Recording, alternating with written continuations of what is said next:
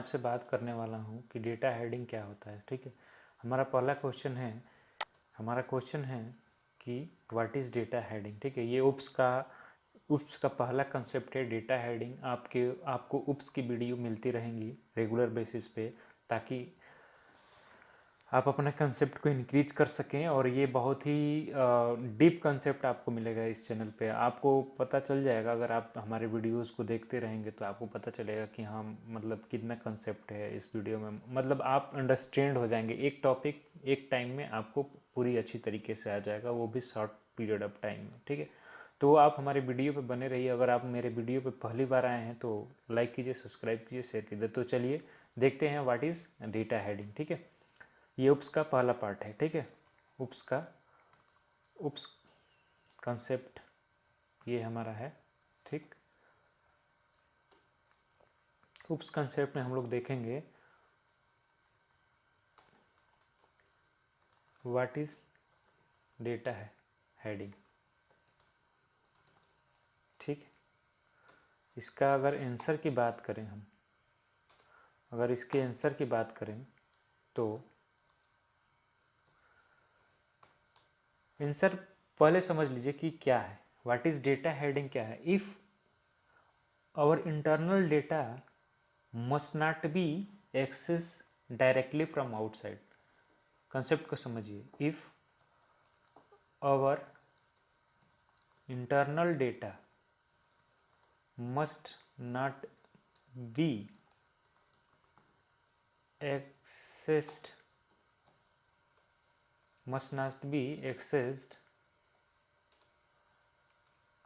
from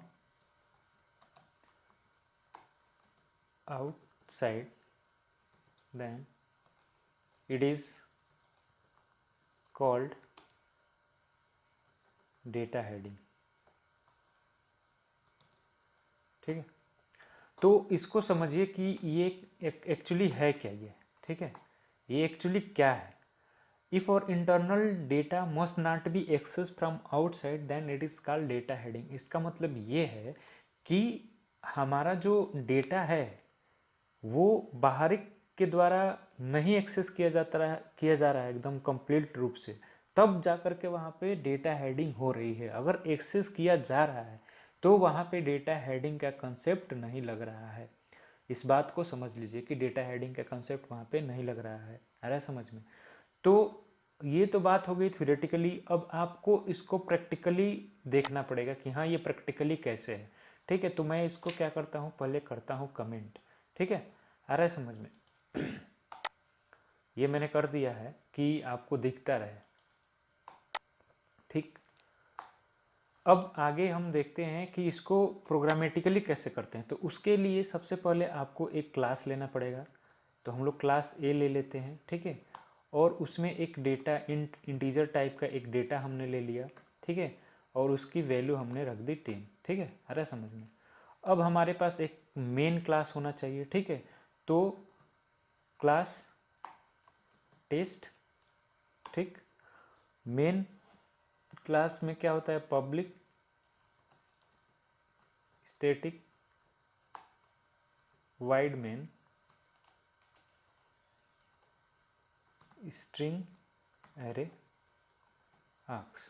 ठीक है, और इसकी बॉडी। ठीक है, तो ये हो गया हमारा। अब आपको दिख रहा होगा दोस्तों साफ साफ। अब हमें क्या करना है, इस ऑब्जेक्ट को, अगर ये क्लास है तो इसको हमें एक्सेस करना है। ये हमारा एक डेटा है, इसको एक्सेस करना है। अगर हम एक्सेस कर लेते हैं इस डेटा को तो हमें क्या है, यहाँ पे डेटा हैंडलिंग का कंसेप्ट बिल्कुल भी नहीं लग रहा है। तो देखिए क्या है, पहले एक्सेस करने के लिए क्या बनाएंगे, उस क्लास का ऑब्जेक्ट बनाइए। ऑब्जेक्ट कैसे बनाते हैं, क्लास नेम, रेफरेंस वेरिएबल और उसका कंस्ट्रक्टर। क्लास नेम, कंस्ट्रक्टर क्या होता है, नेम, कंस्ट्रक्टर का नेम क्या होता है, नेम ऑफ द क्लास होता है। ये छोटी छोटी बातें आपको याद रखनी पड़ेगी। अब इसको एक्सेस करना है कैसे, वेरिएबल, रेफरेंस वेरिएबल के अब इसमें क्या है, इस क्लास का ऑब्जेक्ट क्या करेगा, इस वेरिएबल को स्टोर कर लेगा और उसके रेफरेंस और उस ऑब्जेक्ट को क्या करेगा, ये ए क्या करेगा, ए उसको रेफरेंस करेगा और ए के माध्यम से हम इसको एक्सेस कर लेंगे। ठीक है, आ रहा है समझ में।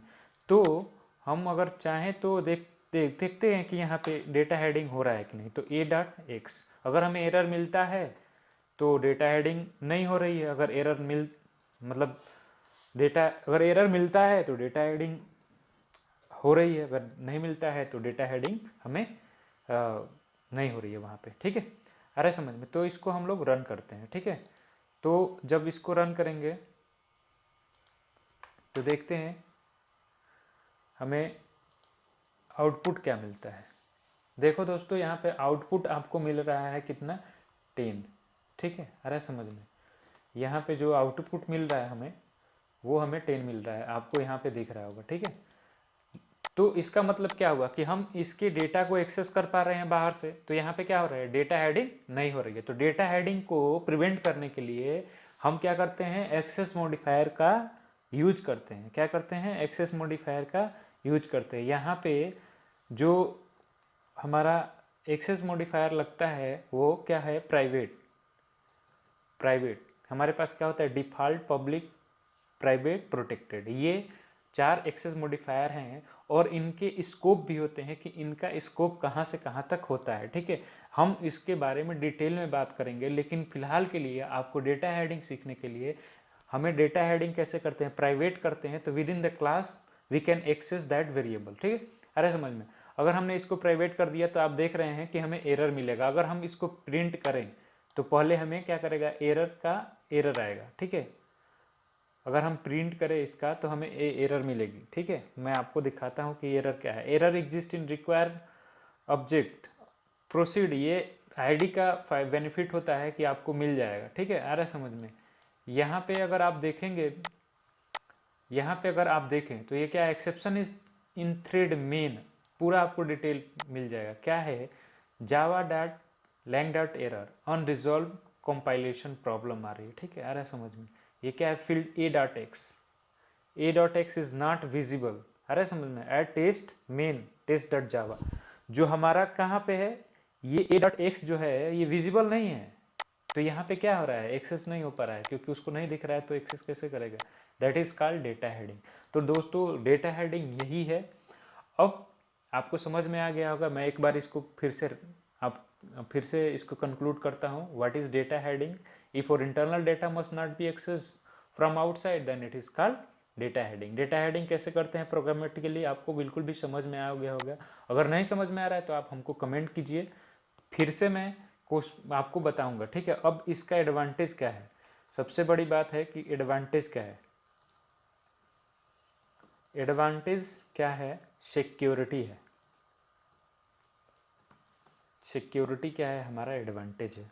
डेटा हेडिंग का एडवांटेज क्या है, सिक्योरिटी है। कोई भी क्या कर सकता है, एक्सेस नहीं कर सकता है इसको। ठीक है दोस्तों, तो आपको क्या करना पड़ेगा, यहाँ पे इसको कमेंट कर दीजिए। इसको एक्सेस करने के लिए इसके क्लास के अंदर ही आपको क्या करना पड़ेगा, वेरिएबल बनाना पड़ेगा। ये अदर कंसेप्ट है।